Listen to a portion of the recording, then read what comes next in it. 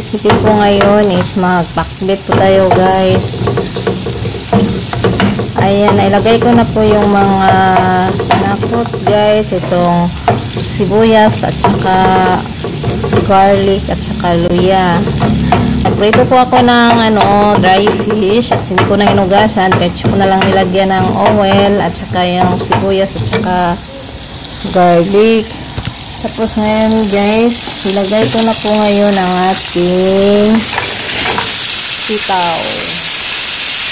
Ayan po ang sitaw po natin guys. Pakbit po ang lutuin po natin ngayon.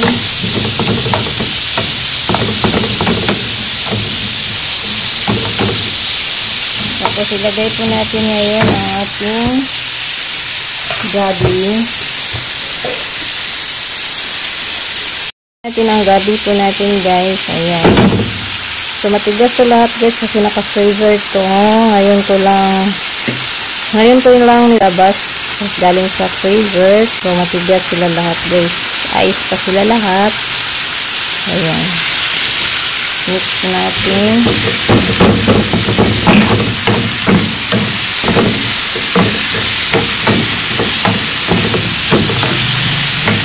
Lagay na natin lahat guys ang ating mga gulay.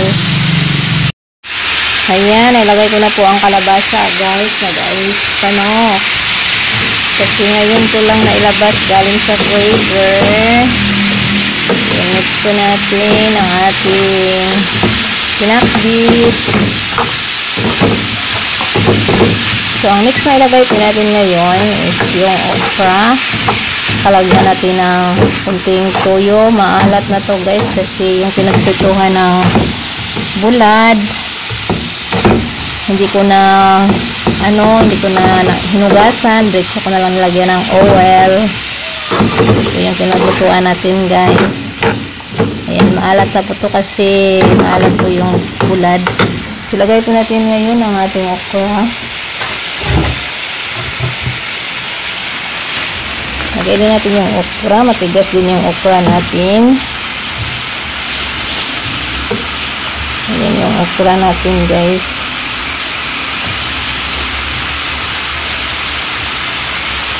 Sama lang ito. At saka i-mix ko natin. Ang puno-puno na. Takpan lang natin guys para po para po maghiwalay po sila guys. Takpan lang po natin ang ating mga gulay hanggang maghiwalay po sila. Takpan natin saglit. Saan yung pangkas natin? Hanggang magkahiwalay po sila. Kasi hindi ko po matakpan.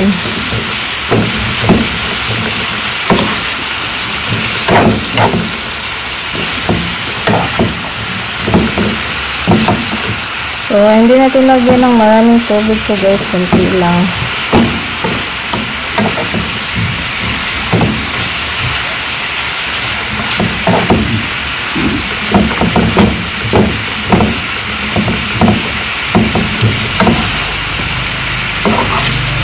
Kunti lang po ilagay natin na tubig. Ayan, nahulog. Ang liit kasi ng natin, tuwali.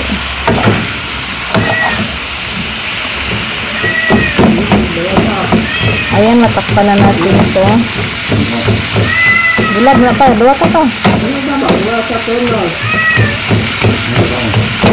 Ano pa pa eh?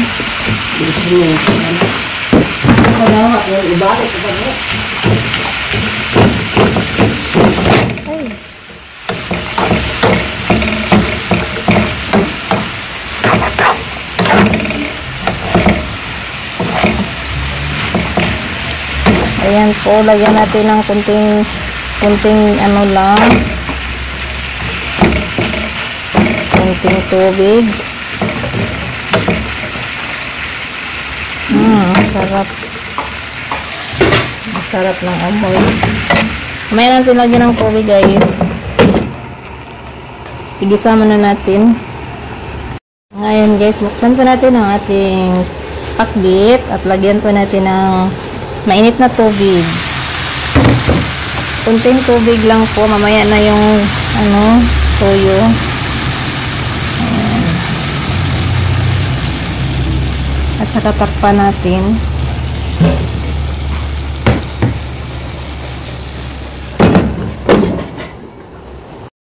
So, ngayon guys, lagyan po natin ng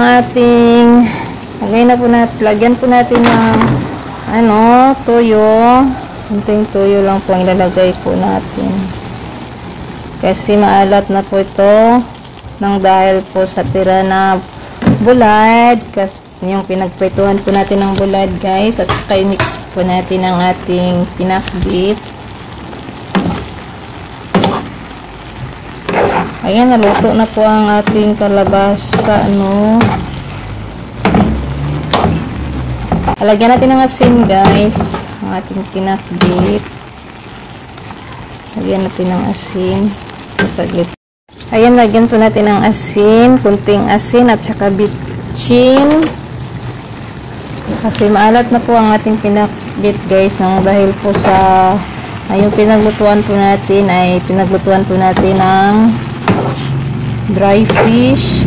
Naglutuan natin ng dry fish yung frying pan bago tayo nagluto ng pinakbit. So, maalat na po ang sabaw nito, guys. Ngayon, lagyan natin ng kunting tubig. Kunting tubig lang po. Ayan. At saka takpan po natin. Luto na po ang ating gabi. Madali lang siyang maluto.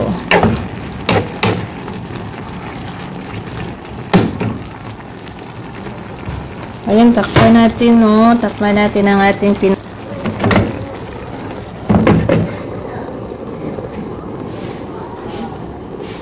So, ngayon guys, tikman natin ang ating pinakbit. Ayan, lutong-lutbit po natin, guys.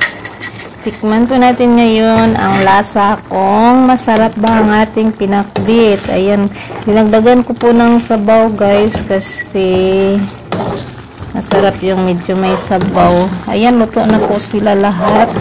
Luto na po yung mga gulay natin, guys. Yung kalabasa, nadurog na po. Ayan, masarap po ito, guys. Tapos, tikman po natin kung masarap ba ang lasa. Kasi pag masarap, patayin na natin ang apoy.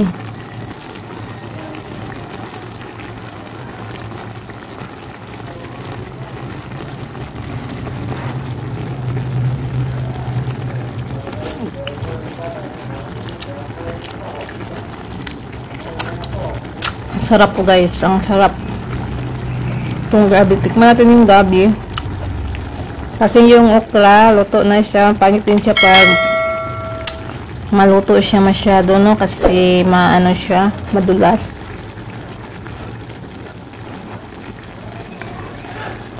Luto na yung grabe. Patayin na natin yung ating pinakbit. So, thanks for watching, guys. God bless you all. Bye-bye. Kain na po. Let's eat.